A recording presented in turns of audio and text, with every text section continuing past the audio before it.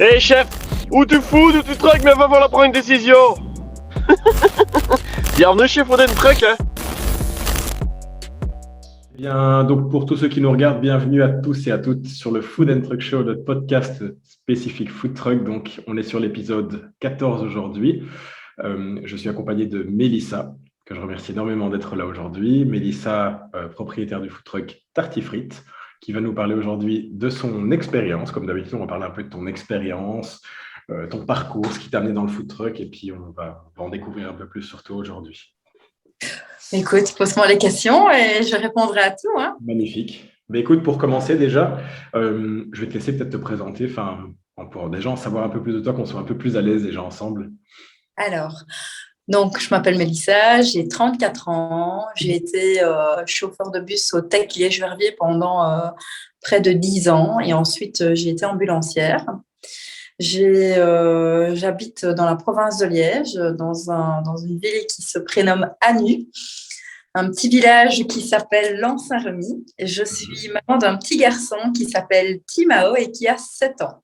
Et ça fait un petit peu plus de 2 ans que j'ai le food truck Tartifrite.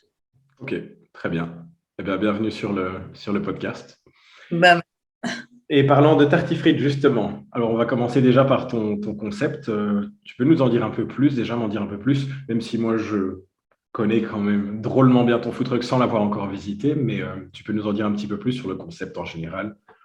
Alors, le concept qu'on a est unique en province de Liège. Donc, nous faisons tout ce qui est frites sauce chaude, telles que fromage, tartiflette bolognaise et la poutine québécoise. On fait aussi tout ce qui est burger. Tout est absolument local chez nous. Donc ça, c'est un gage de qualité qu'on voulait absolument avoir chez Tartifrite. Tous les emballages, etc., tout est vraiment absolument bio, local. Donc on avait vraiment voulu, avec mon compagnon, faire quelque chose le plus sain possible, même si ce sont des frites. En tout cas, de travailler en circuit court. Donc voilà un petit peu qui est Tartifrite. Ok, d'accord. Alors, question, parce que tu as mentionné quelque chose de bien spécifique. Et les frites en sauce chaude, tu fais des poutines, du coup. Oui, Ça c'est reste ça, un oui. mystère. J'en ai pas encore goûté et je ne suis pas sûr de pouvoir le définir si on me le demande aujourd'hui. Qu'est-ce qu'une bonne poutine? Alors, une poutine, ce sont des frites bien chaudes et bien cuites sur lesquelles on verse une sauce poutine, tout simplement. Donc, c'est une sauce qui est plutôt salée. Donc, il ne faut Ouais. pas du sucré, sinon on donne une mauvaise information au cerveau qui, au final, va te faire détester la poutine. Et alors, on le sert avec du fromage en grains. Alors, le fromage en grains, c'est quelque chose qu'on ne trouve presque pas en Belgique. En tout cas, il n'y a qu'une seule fromagerie en Belgique qui en produit. Par 100 kilos, tout simplement. Donc, quand on passe commande d'office, le minimum, c'est 100 kilos. Elle est unique et alors, on travaille avec une personne qui est québécoise, qui habite ici en Belgique et qui fait importer des produits du Québec. D'accord. C'est un truc qui fait fureur. En tout cas, chez nous, c'est quelque chose qui a vraiment pris beaucoup d'ampleur. Maintenant, sa particularité, vraiment, c'est le fromage en grains. Si vous ne travaillez pas avec le vrai fromage en grains, ça ne donnera vraiment pas le même résultat. D'accord. On en trouve un peu Difficile partout. de faire à la maison, de reproduire à la maison au final, tant qu'on n'a pas son fromage. Écoute, c'est difficile de reproduire, oui, parce que déjà, il faut la sauce qui vient du Québec. Donc, moi, j'ai les filons. Si jamais quelqu'un veut de la poutine, j'ai tout ce qu'il faut chez moi pour pouvoir vous la produire. Et alors, le fromage en grains, moi, je me permets aussi de le vendre par kilo pour mes petits clients qui ne savent pas me choper parce que on fait tellement d'events qu'à force, ils veulent de la poutine, mais ils ne savent pas m'avoir à des emplacements fixes. Donc ça, nous, oui, et c'est sous vide, donc il n'y a aucun problème avec ça. Ok, d'accord. Et donc, juste pour comprendre, les frites sont servies dans un support, enfin dans un cône ou dans un pain ou dans une barquette? Alors, ce sont des barquettes, des raviers, comme on dit en Belgique, pas des barquettes. Ouais. Donc, la poutine est vraiment servie dans un gros ravier. Nous, on les fait par 800 grammes. Donc, c'est énorme. Une poutine énorme, c'est vraiment quelque chose à partager. Oui. C'est le but aussi, c'est le concept de partager sa poutine. Et le reste de nos frites sont aussi servies dans des ravis. On peut travailler avec des ravis sous forme de cornet. Alors, ça se fait encore, ça devient rare, c'est beaucoup plus recherché par les gens parce que ça amène un goût qui est complètement différent. En tout cas, les gens adorent ça. Mais au niveau de la gestion, pour moi, c'est beaucoup plus compliqué parce que j'ai beaucoup plus facile de travailler quelque chose qui est plat et qu'on peut déposer sur le plan de travail qu'un cornet qu'il faut vraiment se passer de main en main ou bien avoir un support. Et moi, je ne joue pas avec ça. Ça ne m'intéresse pas. Sauf si le client. Non. Ok, eh ben, j'en sais un peu plus déjà. Merci. De rien. Donc, Tartifrites, food truck spécialisé dans les frites frites, c'est très, très, très, très général comme terme, mais surtout dans les poutines et produits dérivés. Vous travaillez dans le circuit court, du coup, et vous travaillez en local. C'est ça. Et donc, toi, tu es de la région de Anu. C'est ça, oui. Alors, raconte-moi un peu ce qui t'a amené. Enfin, moi, ce que j'aimerais comprendre déjà, si on fait un flashback, on retourne un petit peu en arrière. Déjà, c'est quelle est ta formation à toi? Qu'est-ce que, oh là là. Alors, comme j'ai absolument rien. Moi, de formation. Voilà. Donc, j'ai commencé à travailler très jeune, j'avais 13 ans et j'ai travaillé directement dans tout ce qui était bar, dans des restaurants, mais toujours à la plonge. Donc, j'ai jamais fait quelque chose d'extraordinaire par rapport à ça. J'ai fait mes études, j'ai toujours travaillé sur le côté depuis toute jeune et je suis arrivée dans le food truck. En fait, c'est un challenge que mon homme m'a tendu et comme je suis une fille fonceuse, je me suis dit, allez, pourquoi pas, on va essayer. En fait, ce qui s'est passé, c'est que j'ai fait 10 ans de tech. Donc, chauffeur de bus, c'est un métier qui est très particulier au niveau des horaires. Et comme j'étais maman, mon petit bonhomme de 2 ans, quand on se lève à 3 heures du matin, il faut trouver quelqu'un pour le caser. Ce n'était pas évident. Donc, moi, mon compagnon m'a dit à un moment, écoute, tu vois quasiment plus ton petit, regarde pour faire autre chose. Et je voulais faire ambulancière, en fait, à la base. Donc, j'ai continué le tech. Ensuite, j'ai passé ma formation, j'ai fait ma formation d'ambulancier que j'ai réussi haut la main. Puis j'ai quitté le tech, je suis allée en ambu. Et c'était la descente puisque, en gros, je faisais encore plus d'heures, mais pour gagner beaucoup, beaucoup, beaucoup, beaucoup moins. Mais c'est ce que j'allais dire. Ouais. C'était vraiment catastrophique. Donc, mon homme, à nouveau, me dit, écoute, c'est pas possible. Pourquoi est-ce qu'on ne lancerait pas un food truck? Je me dis, mais un food truck... Ok, pourquoi pas. J'avais déjà fait, en fait, quand j'étais ambulancière et que j'avais passé ma gestion, j'avais déjà fait un projet sur un food truck, mais totalement différent du mien. Donc, j'avais déjà une base, en fait. J'avais déjà des idées qui étaient présentes. Et puis, un jour, il est allé manger à Arlon une frite fromage. Et quand il était sur chantier, et il m'a dit, écoute, ce serait bien d'amener le concept en province de Liège parce qu'il n'existe pas. Je me suis dit, tiens, pourquoi pas. Je vais d'abord la goûter, cette frite fromage, et on va voir ce que ça donne. Ouais. Donc, on a goûté cette frite fromage-là, et en fait, ça m'a plu. Et on y est allé une deuxième fois. Et puis, je me suis dit, allez, on va se lancer. Et là, le schmilblick a commencé. J'ai commencé à chercher pour des food trucks. Aucun me plaisait. Donc, s'ils avaient tous des formes rectangulaires, j'aimais pas trop, en fait. Et puis, je suis allée à un festival Boulevard d'Avroy au Fada. Donc, j'ai été faire ma curieuse, voir un petit peu ce que les gens avaient, ce qu'ils proposaient, etc. Et en fait, je suis tombée amoureuse d'un food truck. Et par le plus grand des hasards, mais il n'y a pas de hasard, un jour, je reçois une publicité sur mon téléphone qui me montre ce food truck-là avant, en Chine. Et là, je me dis, qu'est-ce que je fais? Et j'ai fait une bêtise, mais je l'assume entièrement. J'ai commandé mon food truck en Chine en direct. Et alors, je l'ai monté sur mesure. On a eu un excellent contact avec le Chinois. Ça n'a pas du tout été un problème. Et il est arrivé et on a commencé. Et puis, on a commencé Tartifrites. Non, ça, je ne savais pas du tout que tu avais commandé ton food truck en Chine. Moi, j'ai des bons retours en général. Et si c'était à refaire, j'aurais osé aussi, je pense. Je pense qu'il faut être un peu débrouillard après, faire les armatures toi-même, tout vérifier quand même. En fait, était monté comme je le voulais. J'ai eu en fait tout un schéma. C'est moi qui ai demandé aux Chinois ce que je voulais.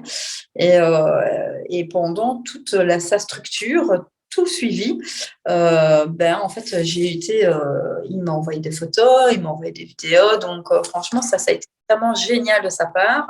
Ouais. Le problème, c'est que c'est l'après qui est arrivé. L'après, c'était un châssis non homologué. Rien n'était conforme alors que sur papier, ça l'était. On a commencé déjà avec de très gros soucis à la base. Et j'avoue que ça a été compliqué, mais ça ne nous a pas arrêtés dans nos activités. Et quand on y repense, on rigole, mais au moment même, je pleurais. Mais voilà, à recommencer, franchement, on fait pareil. On fait pareil, c'était une fameuse aventure de lâcher autant d'argent comme ça sur Internet, sans trop savoir qui était derrière. C'est une fameuse prise de risque, surtout que moi, je ne m'ai jamais... C'est quand même, hein. C'est pas, c'est pas un petit projet. Hein. Ouais, clairement. Et puis, voilà, ça a fonctionné. Et puis, on était très contents de l'avoir. Et puis, on l'a lancé. Et puis tout a pété.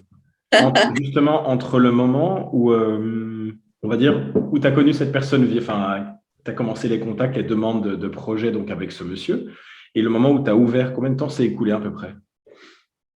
Alors, pour la conception du food truck, ça a pris un bon 4-5 mois. Et par contre, pour la conception de tartifrites, ça a pris plus d'1 an et demi. Oui, ce qui est assez logique. Oui, on a vraiment ficelé le tout. On a fait énormément d'essais partout. On voulait vraiment quelque chose de bien spécifique. Donc, on a vraiment poussé le concept. Enfin, il fallait que ça soit parfait avant d'ouvrir. Et c'était long, mais en même temps, ça porte ses fruits. Donc, rien à dire là-dessus. Magnifique. Quand tu dis tu as fait des essais, tu as fait goûter tes produits, tu as fait t'as présenté tes produits. En fait, j'ai contacté beaucoup de grossistes. Donc, j'étais un peu perdue parce que moi, je ne connais rien du tout du food truck à la base. Je croyais qu'on et tout allait comme ça, mais en fait, pas du tout. Vraiment déchanté par rapport à certaines choses. Donc, on a vraiment appris sur le tas. C'est en allant à gauche, à droite que j'ai commencé à comprendre comment ça fonctionnait. Donc, je me suis mis en contact avec plusieurs grossistes. J'ai commencé à tester des pains, tester des sauces, plusieurs bouchers, plusieurs boulangers. Enfin, vraiment plein de choses. Et c'est à force, par essai. Donc, ma famille était là à chaque fois pour goûter. Et puis, un jour, ça a matché. Et puis, on a commencé par un burger, puis 2, puis 3. Et maintenant, on en a 9 à la carte. On se limite à 9 parce que c'est déjà pas mal. Et alors, nos sauces chaudes aussi. Parce que les sauces chaudes, il faut aussi avoir un fromage très particulier parce qu'on travaille la sauce fromage. Mais tu peux pas mettre ce que tu veux puisque une sauce fromage, enfin un fromage à la base, quand tu le chauffes, il devient, une fois que tu ne le travailles plus, il durcit, il devient caoutchouteux. Et moi, je ne voulais pas ça sur mes frites. Donc là, la recherche du fromage, je crois que ça a été vraiment la chose la plus difficile pour mon concept, en fait. Ça a pris vraiment 1 an. Vous avez dû en manger du fromage pendant cette période? Moi, pas parce que je ne suis pas une fan de fromage. Moi. Mon homme, oui. Mon homme, il adore ça. Mais il a dû se faire plaisir. Non. Et dans la famille, il y a beaucoup d'intolérants au lactose et qui détestent le fromage. Donc, c'était presque souvent la même personne et c'est lui qui a jugé tout ce qu'on faisait, quoi. Donc, au final, c'est une affaire de famille, une affaire de couple et de famille. Vous travaillez tous les deux dedans? Alors, mon compagnon m'aide de temps en temps, puisque lui, il a un boulot sur le côté, donc lui, il est aidant. Et mon papa aussi, il est aidant. On va dire que, c'est hard. Gérer ça toute seule, un food truck toute seule, c'est pas possible. Ça, il faut que les gens s'en rendent compte que c'est un travail de longue haleine. Il faut vraiment se faire aider, surtout quand on a un gros food truck ou quand on a quand on propose plusieurs choses. Ça semble simple que des frites et des burgers, mais quand on fait tout maison, ça prend une ampleur exécrable presque. Donc, il y a une organisation qui doit être vraiment millimétrée derrière, parce que quand vous sortez 6 fois semaine et que ça varie entre 350 personnes, il faut savoir assurer, quoi. Donc, on va dire que les nuits sont courtes. Voilà. Je me pose une question. Est-ce qu'à la maison, tu as dû faire des infrastructures quand même un peu particulières? Qu'est-ce que tu as Non. changé pour ton métier? Alors, moi, j'ai déjà ma base, donc j'ai déjà un atelier qui est le food truck, dans lequel on cuisine déjà. Bah oui, oui. Sur le côté, j'ai un atelier professionnel où je fais tout ce qui est pré-cuisson. Pré-cuisson uniquement. Et on travaille les oignons sur la plancha. Donc, les oignons, on les découpe, on les épluche Ouais, et on les cuit à la plancha avant chaque service. d'accord. Donc, et alors, voilà, l'atelier sert de stockage uniquement pour les sauces froides, que le reste vient en direct du boucher ou du boulanger. Ouais, ouais. Donc, quand tu as dit, tu sors 6 fois par semaine, 6 allers-retours, enfin, chaque jour, tu rentres, tu reviens, décharge, nettoie, recommence. Alors, nous, on tourne principalement sur les week-ends. Donc, du jeudi au dimanche, la plupart du temps, on sort 1 à 2 fois par jour. On part partout. On n'a pas de limite au niveau de la Belgique, donc on peut aussi bien aller dans le nord que dans le sud. D'accord. On va aussi au Luxembourg et là, on va commencer à partir en France. Donc, on a déjà des contrats signés en France. Oui. Donc, voilà, on n'a pas de…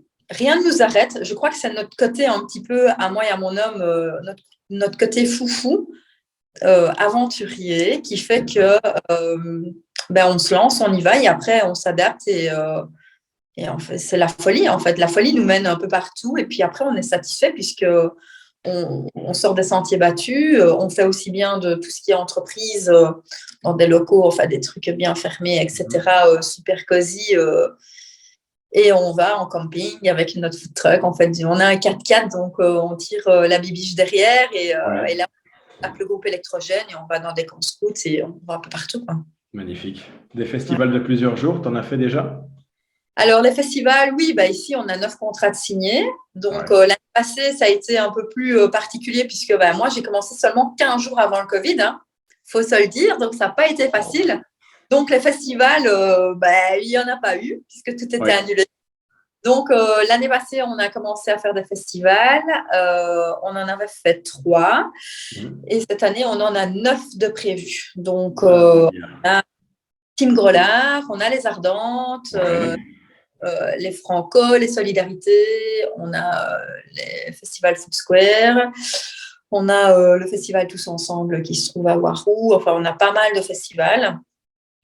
Donc, c'est du sport. Quand on fait du frais, ça va bosser, hein. Et là, c'est des tonnes de frites qui vont partir par jour. Donc, ça va être intensif. C'est ça. J'ai un peu peur.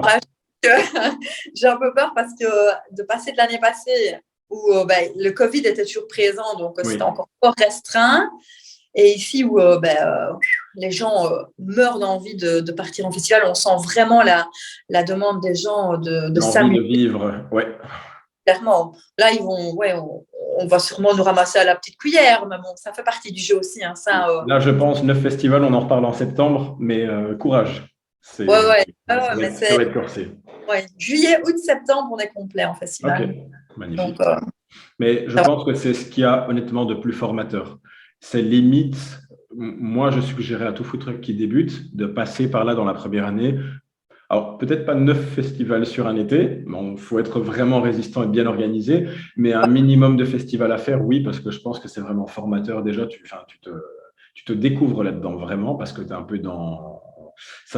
Tout dépend bien sûr de la situation dans laquelle tu es et dans le type de festival dans lequel tu es, mais tu passes partout, tu vois de tout, quoi. Oui, tu vois de tout. Tu rencontres d'autres collègues aussi, parce que c'est important. De pouvoir rencontrer d'autres food trucks qui sont en fait dans le même trip que toi, qui carcassent autant que toi. Et parce que quand tu pars en événement privé ou dans les entreprises, tu es très souvent seul. C'est rare dans les grosses sociétés où il y a des renforts d'autres food trucks, mais sinon, c'est rare quand on rencontre d'autres personnes. Donc, moi, ce que j'aime dans les festivals, c'est que ça me donne la possibilité de pouvoir goûter ailleurs. Et quand je suis indisponible ou quand on me demande quelqu'un, tout simplement de référencer ceux avec qui ça a matché, tout simplement. Donc, je trouve que c'est du win-win pour tout le monde. Oui, tout à fait. Maintenant, il y en a qui aiment les festivals et d'autres qui n'apprécient Pas du tout. Il y en a qui aiment cette fièvre en soi de bouger, vraiment cette adrénaline, d'avoir peur de lever la tête et de voir une file qui n'en finit pas et de rebaisser la tête. Ouais. N'ose pas, hein. Quand c'est comme ça, tu te dis comment est-ce que ça va se terminer, ben voilà. Et d'autres, par contre, qui ne supportent pas ça et qui préfèrent leurs events privés. Il y a vraiment en fait deux écoles, et que ça soit l'une ou l'autre, on apprend toujours. Hein. Il n'est mais encore arrivé en 2 ans d'avoir des événements semblables l'un à l'autre. Hein. C'est impossible. Je n'ai jamais le même service. Hein. Donc je m'adapte tout le temps. Ouais. Tu me lances une perche. Ah bon? Tu me parles d'événements, tu me parles d'événements différents. Il se passe toujours des choses en plus sur place. Comme je dis à chaque fois, le food truck est un métier à part et très spécial. Et on a tous des anecdotes, je pense, empilées au fond de la mémoire qui restent. Est-ce que tu en as une en particulier que tu peux nous partager? Parce que je suis certain que tu as déjà eu des histoires. Allez, une. Une seule. Des anecdotes, écoute, j'en ai plein. C'est pas des anecdotes, c'est des problèmes. Faut se le dire. C'est style, je parle avec mon homme, on est dans le food truck, on travaille, et je ne sais quelle raison, on ne le saura jamais. La friteuse, donc on a des petits cliquets de sécurité pour les friteuses. Pas que elles se vident tout simplement quand elles sont chaudes. Le système est fermé. Mais on ne sait pas pour quelle raison. Le Saint-Esprit a tapé fort et la vanne s'est ouverte. Et donc, j'ai eu un jet j'ai 5 litres d'eau de graisse brûlante sur le sol juste avant de commencer le service. Je crois que 3 minutes après, on commençait le service. Donc, le sol hyper glissant, mon homme dépité, moi, je laissais tomber. Quoi. J'avais besoin de rien dire, mis à part laisse comme ça, laisse refroidir, on va prendre la spatule et on va gratter parce que si tu commences des petits chiffons partout, ça ne va pas aller, ça va être... Donc, des trucs comme ça, on en a plein. J'oublie mon matériel tellement je suis pressée, je ne ferme pas la porte du food truck, ou bien j'oublie les trucs sur le bord de la route. Non, il y en a plein. Le décrochage de la remorque aussi, il faut faire attention, mais ça m'est arrivé 3 fois. Donc, moi, j'ai une remorque, je n'ai pas une camionnette. Donc, ça aussi, c'est un choix qui a été longuement réfléchi, donc, qui a pesé. Donc, on a vraiment pesé le pour et le contre et on s'est vraiment dirigé vers des remorques et pas vers des camionnettes. Tout simplement parce que si ta camionnette tombe en rade, tu n'as plus de travail. Tandis que la remorque, il est facile de trouver quelqu'un qui peut l'atteler et te la mettre. Oui, tout à fait. Et voilà, c'est une manutention qui est complètement différente. Et de temps en temps, quand tu es pressé, tu fais confiance à ton système et puis tu crois avancer avec la remorque qui te suit, mais en fait, pas du tout. Hein. Donc, elle reste là et tu as tous les trucs qui s'arrachent, les feux, voilà, de sécurité. Et puis, bien évidemment, quand ça t'arrive, c'est en pleine nuit. Quand tu es habillé, l'autre fois, ça m'est arrivé, j'avais un froc blanc, donc j'ai dû me mettre à 4 pattes avec les jacks, le cric-bouteille, parce que mon food truck fait 2 tonnes à vide. Donc, pour relever ça, c'est compliqué. Ah oui, tu as utilisé le cric, c'est pas mal ça. Au sol, donc j'avais pas envie, il était je crois 1h du matin, j'avais pas envie d'appeler qui que ce soit, donc j'étais là avec mon petit jack comme une petite débile, mon pantalon blanc que j'espérais ne pas faire de tâches pour une fois, parce que savoir que le food truck c'est un métier dégueulasse, hein. On en met partout. Quelle idée d'aller travailler en pantalon blanc en food truck, mais bon. Ouais, mais là je revenais pour reprendre mon food truck, donc non, c'est pas possible, le food truck en pantalon blanc, laisse tomber, hein. Moi tous les pantalons d'ailleurs on est tout le temps habillé en noir. C'est pas possible autrement avec les gris. C'est pas mal. C'est un métier qui est très salissant. Hein. Ça, c'est pas agréable de se retrouver tout le temps avec des godasses super dégueux. Et les gens te voient et ils se demandent quoi. Des fois, moi, je me rends compte que quand je me balade et que je dois sortir du food truck, c'est rare. Mais quand je le fais, les gens me regardent pour dire, mais mon Dieu. C'est super délicat parce qu'au final, tu es une cuisine ouverte au public. Il faut donner quand même, garder la bonne impression, garder tout propre, mais en même temps, ça reste une cuisine, donc on ne peut pas sortir. Et puis, les graisses de frites, c'est ce qui salit le plus. Je n'aurais que mes on limite les dégâts, mais les graisses de frites, franchement, tout ce qui est friteuse, c'est vraiment délicat. C'est un truc qui est un peu ingrat. Il faut vraiment apprécier ou vraiment avoir un concept dedans et être à fond dedans. Mais des fois, je jure... parce que c'est pas le truc que je préfère. On trouvera des huiles non salissantes et puis tu seras la première à en bénéficier, je pense. Ouais, si Donc, seulement. ben, tu sais, on va parler de. Enfin, je vais te faire une petite parenthèse, mais vu les problèmes d'actualité pour l'instant, dans les forums, je vois passer que ça, le prix de l'huile pour l'instant, mais j'entends. Et tout le monde Écoute, cherche des alternatives, malheureusement. Enfin, vous devez être les premiers touchés là-dedans, c'est hallucinant. en France, ils sont beaucoup plus touchés que nous, Oui, parce qu'en France, on travaille avec de l'huile, que nous, on ne travaille pas avec de l'huile. Chez nous, normalement, les bons Belges ne travaillent pas avec de l'huile. oui, En France, je sais que ça a plus qu'explosé et c'est devenu catastrophique. Nous, ici, en tout cas moi de mon côté, qui travaille avec de la graisse de bœuf, je commence à avoir beaucoup de difficultés quand je vais chez mes grossistes. Je suis limitée, alors, donc je ne peux pas me permettre de prendre plus de 40 kilos par passage, une fois par mois. Mais qu'est-ce que tu veux faire avec 40 kilos? J'ai ouais, des cubes entre 14 et 16 litres. J'en ai une. Là, je vais certainement en avoir une. À mon avis, je vais en avoir 10 d'ici peu de temps. Donc, on en a déjà beaucoup. oui, Et ouais, il faut remplir tout ça. Il faut remplir, il faut changer. Alors, nous, ce qu'on fait de notre côté, c'est qu'on les filtre. À chaque fois qu'on finit notre service, toutes les filtrées. C'est un gage de qualité, oui, de par la suite. Et puis, on se permet de pouvoir les tirer beaucoup plus. Mais oui, mon grossiste ici dernièrement m'a annoncé que ça allait augmenter à 5 euros du kilo. 5 euros du kilo, c'est juste pas possible. Qu'est-ce que tu veux que je fasse? Donc, ouais, le prix a augmenté. Ma frite a déjà augmenté, mais ma graisse explose, sans compter les sauces, le gaz. Le ouais. gaz. Et ceux qui travaillent en électrique, ils pleurent. Donc, Ah ouais, c'est vraiment, il faut vraiment maintenant se poser à table et regarder un petit peu tout ce qui est énergie et tout ce que ça. tout à fait. Que le client sera prêt à mettre 4-5 euros pour un ravier de frites, quoi. On va en arriver là. On va en arriver là très vite. De toute façon, il n'y aura pas le choix. Je vois de plus en plus de food trucks qui se posent les questions sur les Oui, différents forums que je regarde et qui se posent. Alors, il y a les questions qui reviennent souvent, c'est les food trucks autonomes et électriques qui commencent à apparaître. On commence à poser la question. Et puis, oui. tu as beaucoup de food truckers français qui commencent à parler de graisse de bœuf. On a entendu que chez vous, vous faites de la graisse de bœuf. Ben, de plus en plus. Et puis après, tu as la. Alors, j'en ai vu une pas mal où on posait la question à savoir l'huile d'olive pour faire des frites. Non, mais allez, non, je sais pas ce que ça peut aller, j'en sais rien. Il y en a beaucoup, par contre, qui, j'ai déjà vu circuler les frites au four. Oui, Les c'est frites, pas mal. euh, C'est pas, enfin, allez, une bonne vraie frite, c'est pas comme ça. c'est pas mal pour faire à la maison, mais C'est ça, mais en quantité, quand tu as des tonnes à ah faire, non. c'est Non, tombé. et puis le résultat n'est pas le même. Hein. J'en fais au four moi-même assez souvent, par fainéantise et par facilité. Mais c'est Et pas la l'odeur même de la chose. frite, c'est pas agréable, une frite Bah non, chez puis c'est du carton. Enfin, ça goûte. Enfin, c'est pas la même chose de toute façon. T'as pas le même croustillant, mais bon. Il y en a beaucoup qui se dirigent maintenant vers les patatos. Mhm. Les frites, voilà, c'est beaucoup plus délicat. Donc, j'en connais beaucoup, beaucoup qui font ça. Les patatos. Est-ce que c'est une alternative maintenant? Ça fait plus américain, Oui. les patatos, que les frites qui sont typiques belges, quoi. Donc, à voir ce que Oui.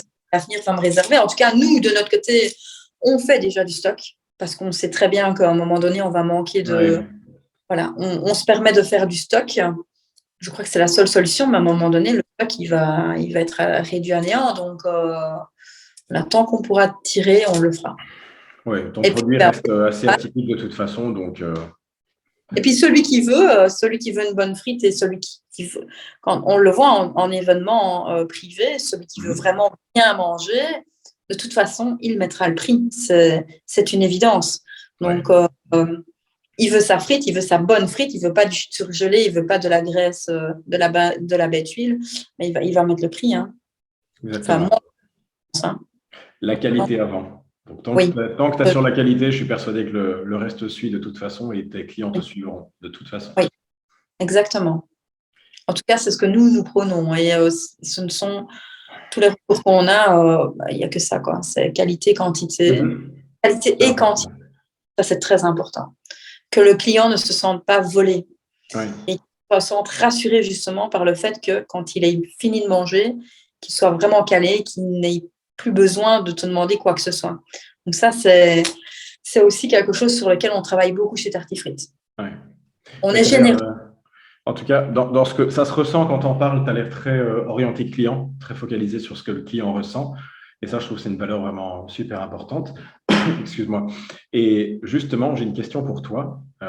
Là, aujourd'hui, bon, ça fait 1 an et demi, 2 ans maintenant que tu es dans Un le... petit peu plus de 2 ans. Ouais, mes mathématiques ne sont pas encore au point. Sur les presque 3 ans maintenant que tu vas faire aujourd'hui, qu'est-ce qui te pousse à continuer justement dans le food truck? Qu'est-ce qui te fait vibrer chaque matin, te lever, te dire, allez, on accroche, on charge, on y va? Je crois que c'est le client. Je crois que c'est les retours. C'est un métier qui peut être très gratifiant, ce que je n'ai jamais eu dans mes autres métiers, même si ambulancier, c'est encore un monde à part. Il y a comme une sorte de reconnaissance et le fait de faire plaisir. Quand tu vas en événement, ben, d'office, les gens, en fait, ils sont dans une ambiance qui est complètement autre. Donc, ils sont là pour décompresser, faire la fête, s'amuser, sourire. Et ça, c'est quelque chose, je trouve, en tout cas, dans les temps d'aujourd'hui, que c'est un peu pourri, tout ce qui s'est passé. Donc, c'est vraiment quelque chose de très positif, en fait, de pouvoir partir et d'aller dans des endroits que tu n'aurais jamais découvert si tu n'avais pas ton food. C'est vraiment, je ne sais pas, c'est ça qui m'anime et faire plaisir. Plaisir, ça c'est Oui. la première chose. Ok. Et pour le petit mot de la fin, comme je demande à chaque fois, parce que beaucoup de food truckers en devenir vont t'écouter, vont certainement te regarder aussi, se posent encore beaucoup de questions tous les jours. Il y a de plus en plus de personnes qui souhaitent se lancer dans ce beau métier qui n'est pas facile. Exact. J'ai moi-même mes recommandations, mais de ton côté, avec ton expérience, quelle serait ta recommandation pour les futurs food truckers? Alors, déjà, avoir l'envie, la passion pour pouvoir le faire, ne pas s'arrêter à un tel a fait ça a l'air facile, on s'y met, c'est pas ça du tout. En fait, le métier de food trucker, c'est vraiment un métier à part qui n'a rien à voir avec l'horeca. Tout ce qui est restaurant, pour moi, c'est complètement différent. Je crois que oui, c'est ça, c'est la passion, l'envie, sacrifier sa vie de famille, parce qu'il faut le dire. C'est un fameux sacrifice d'être sur la route tout le temps avec notre remorque ou notre camionnette. Parce que voilà, on fait très souvent les week-ends, donc on n'a plus de week-end. La vie de famille, on prend un gros coup.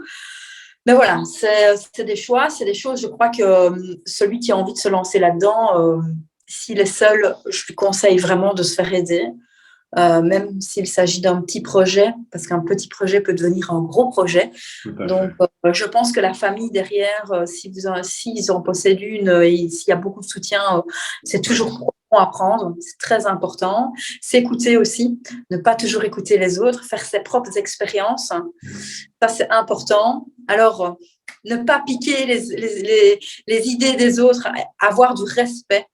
Je tiens à le signaler parce qu'il y en a beaucoup qui se permettent ici, en plus ça devient fréquent, de poser mille et une questions pour prendre les idées des autres. Donc, c'est pas ça en fait, ça sert à rien parce que… Ça se ressent tôt ou tard, de toute façon. En fait, ce qui se passe, c'est que le savoir-faire et le savoir-être, vous allez l'acquérir par après, vous allez vous faire votre clientèle tout seul. Donc, je trouve ça, il y a beaucoup qui le font, donc je trouve ça dommage. Mais bon, je dis, il y a toujours du travail pour tout le monde. Donc, il faut absolument se démarquer. Donc ça, je crois que c'est quelque chose que le client recherche, avoir vraiment des choses atypiques, différentes, goûtues. Et à partir de ce moment-là, et bien faire une étude de marché. Important aussi. Je crois que c'est bien se préparer en général, de toute façon. Oui, il y a vraiment un travail en amont à effectuer. Pour moi, je pense qu'on ne sait pas se lancer tête baissée dans un food truck comme ça, en se disant « Ah, chouette, la copine a fait ça, ça fonctionne, je vais le faire. » Non, je crois que ça ne fonctionne pas comme ça. Je crois que la personne qui a vraiment ces idées-là, pour moi, ils vont se gameler, je ne leur souhaite pas. Mais en tout cas, c'est des personnes qui risquent d'avoir beaucoup plus dur parce que la réalité, elle n'est pas du tout comme ça. Donc, derrière, il y a énormément d'heures de travail. Enfin, il y a beaucoup. Voilà, il faut être passionné, y arriver et se faire confiance Écoute, pour te dire quelque chose, moi, quand j'ai commencé à vouloir faire mon truc, j'ai été voir un food truck de pizza qui était un peu plus loin de chez moi. Ouais. Et je lui ai dit, écoute, ça fonctionne ton truc? Je crois que c'est la question de tout le monde. Ça fonctionne ton truc? Grave. Et il m'a dit, ouais, ça fonctionne. J'ai dit, moi, j'aimerais bien en lancer un aussi, mais je ne lui ai pas expliqué mon concept. De toute façon, c'était différent du sien. Et il m'a dit, écoute, ne le fais pas. Et je me suis dit, mais pourquoi il me dit ça celui-là? Ne le fais pas, moi, attends. Il me dit ça alors qu'il fait ce métier-là, je ne comprends pas. Et je crois 1 an et demi après, il vient chez moi sur une place. Et je le remarque et je lui dis, bah tiens, est-ce que c'est pas toi qui tiens le petit food truck, la pizza un peu plus loin que chez moi? Il me dit, ah oui, si, c'est moi. J'ai dit, tu sais, au début, je suis venue chez toi, je t'ai demandé ce qu'il en était du métier et tu m'as dit, ne le fais pas. Et moi, ça m'a complètement démotivée. Je me suis dit, mais qu'est-ce qui se passe? Pourquoi il veut pas? En fait, je comprends pas. Je comprenais pas. Et pourtant, les échos qu'il y avait dans ce village-là de cette personne disaient que c'était quelqu'un qui avait réussi, qui avait vraiment la carrière professionnelle. Et alors, je lui dis, pourquoi tu m'as dit ça? Il me regarde et il me dit, ben, je t'ai pas menti. C'est pas difficile d'être food trucker. Et je lui dis, bah, si, c'est vrai. C'est vraiment, vraiment difficile. Mais vraiment très difficile. Mais bon, j'y suis quand même. Et malgré tout, il ne faut pas se laisser démotiver par des personnes qui vous donnent des avis négatifs ou quoi. Je crois qu'il faut vraiment suivre ses envies, mais il faut être averti sur le fait que c'est vraiment, vraiment pas simple. C'est un métier à plusieurs casquettes. Hein. Oui, parce que tu as du commercial, tu as de tout en fait. Le rapport client est super important. La qualité, plein de choses en fait. Tu dois te... Et puis, quand tu es sur la route, que tu as un problème, c'est une chose, mais quand tu n'as pas ton stock ou quand il te manque quelque chose, tu es parti de la maison, c'est fini, tu ne peux pas refaire demi-tour, hein, ou il te manque une bonbonne de gaz, ou je sais pas moi, des bêtises. Ben, c'est un profil atypique, hein, de toute façon, je pense, pour être food trucker, parce que tu es chef d'entreprise, tu gères ta logistique, tu gères tes stocks, tu sais monétiser, calculer tes stocks, enfin, tu découvres plusieurs talents au final, mais comme tu as dit, je pense que la base de la base, c'est le contact client. Si tu n'aimes pas le contact client, tu n'as rien à faire dans le food truck. Si tu as une tronche jusque par terre du matin au soir parce que tu as des clients devant, ça ne sert à rien, parce que c'est une porte ouverte directement. C'est ta porte d'entrée de toute façon. Oui, c'est ça. D'accord avec toi. C'est totalement ça. Eh ben, magnifique. On en sait beaucoup plus sur toi. Et même moi, j'ai appris à te connaître beaucoup mieux. Merci. Merci à toi. Merci pour ce petit moment. J'espère que ils auront peut-être des réponses à leurs questions et que ça permettra, je sais pas, de les faire avancer. Je pense, oui. J'en suis certain parce que tous les jours, on a de plus en plus, comme je t'ai dit, de nouveaux adhérents dans ce monde qui se posent des questions, qui font leur première démarche.